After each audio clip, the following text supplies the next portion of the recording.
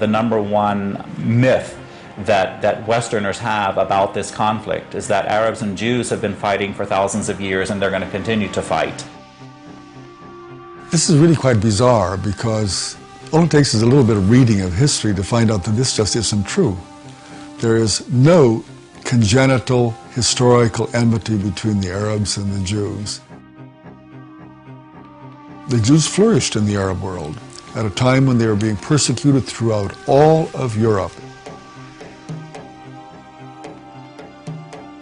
At the end of the 19th century, because of anti-Semitism in Europe, European Jews began to try and figure out a solution to the Jewish problem. A very small minority adhered to Zionism, the idea that the only place in which they could be safe is within a Jewish state. Zionist Jews actually had a design on the land of Palestine, the idea of creating a homeland for Jews in the land of Palestine. And this is really the beginning of the conflict. The mainstream Israeli Jewish society believed, because that's the way they had been educated, that Palestine was empty, had been empty when the Jewish settlers came there. Who paid the price when they settled there? Is it really true that Israel was a land without a people for a people without a land? Palestine was not empty. It was a land populated by Arabs who had a high level of culture, high level of education. With farms and markets and towns and villages and roads and commerce and lots of interaction with the rest of the world. The population was overwhelmingly Arab.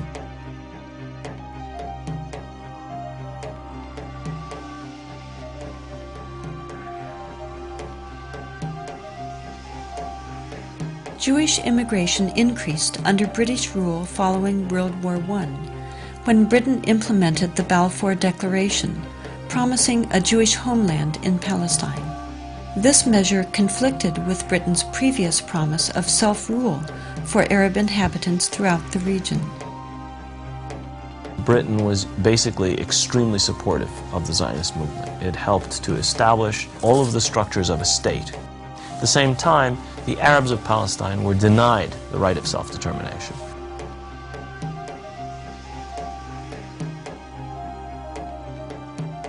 The Palestinians saw a European power decide the future of a non-European territory, in flat disregard of both their presence and wishes. In the 1920s, as land was being stripped away from local residents, the first clashes between Palestinians and Jews began, and would continue on for years to come.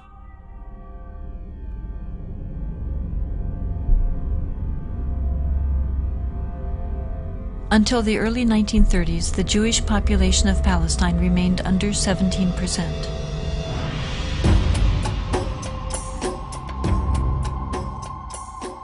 Hitler's rise to power in Germany completely changed that.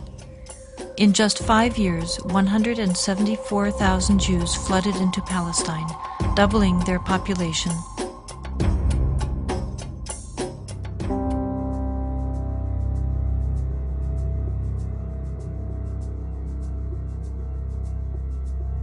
As the world attempted to make amends for the horrors of Nazi genocidal policies, efforts to make Palestine a Jewish homeland increased. The Palestinians, they were not the Nazis. They were not responsible for the Holocaust. But they were the ones who paid the price. In 1947, with the conflict spiraling out of control, Britain decided to turn the problem of Palestine over to the United Nations. The UN, under pressure, proposed to divide the land into 2 states, an Arab state and a Jewish state. Arabs were to be given 43% of the land, despite the fact that they made up more than 2/3 of the population and owned over 92% of the land.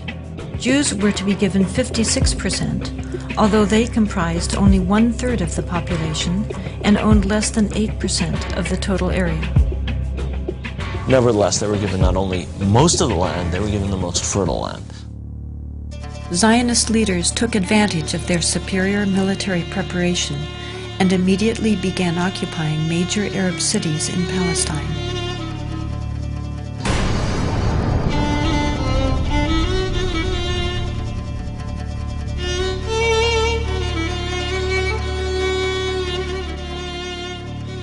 was among the people that conquered Akko. When we were walking around, we entered a flat. There was a pair of shoes of a small child, maybe 2 years old. They didn't have time to put on the shoes, so they left the shoes and they ran away. They left everything.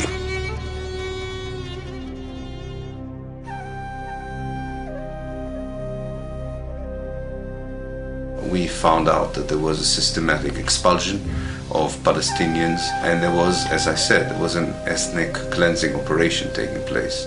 The most infamous campaign was the massacre at the village of Deir Yassin, where over 100 men, women, and children were systematically murdered. هذا البيت ما كان متخبين فيه أنا وولادي وأخويا موسى. ما كان لي أنا عندنا أخوي موسى مشان كان نتونس بالله فيه. هذا البيت. أجوا قالوا لما كنا بالبيت كنا مش كسر خبطنا الكنبلة وجينا صوبتنا وبنت الصواب تمسحوا ولادي. وكان بعد ما راحت المراكة الحالة كانت كسروا الباب علينا وطلعونا. بدهم يقتلوا أخوي مسدوا فيه على وجهها اللي يقتلوه. وتناولت 250 ليرة من عدة.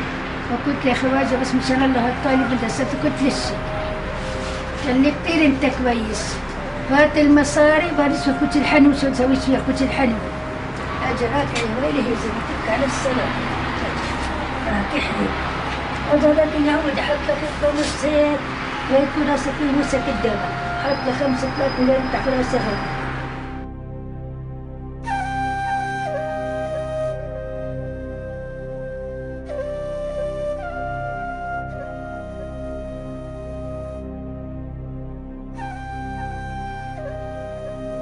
The ruthlessness of the attack on Deir Yassin drove fear and panic into the Palestinian population and led to the flight of unarmed civilians from their homes all over the country.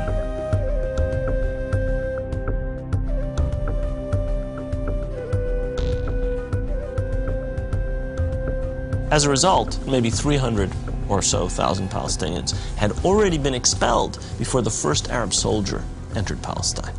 Some of the neighboring Arab armies finally intervened after May 15, 1948, when Israel officially announced its statehood. Although there was a lot of war rhetoric on the Arab side, very few soldiers, Arab soldiers, were sent into the battlefield. And actually, for most parts of the war, there was superiority on the side of the Israeli army.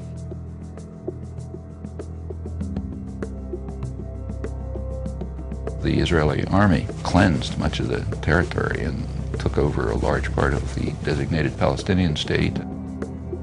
The new state of Israel encompassed 78% of the total land of Palestine.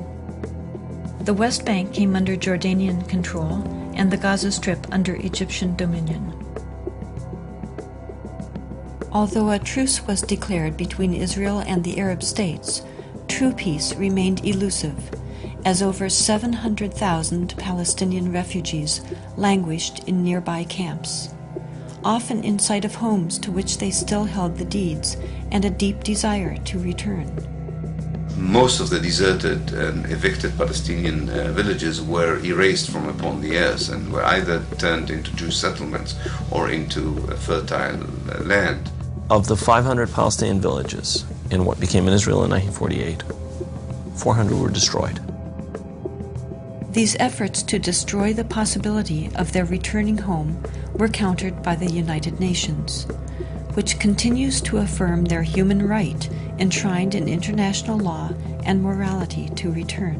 A Palestinian who had lost her land or lost his land as the result of the creation of Israel in 1948 cannot come back even for a visit.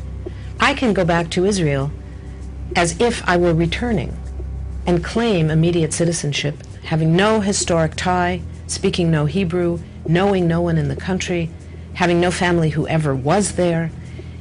All that one needs is being Jewish, a religious group like any other.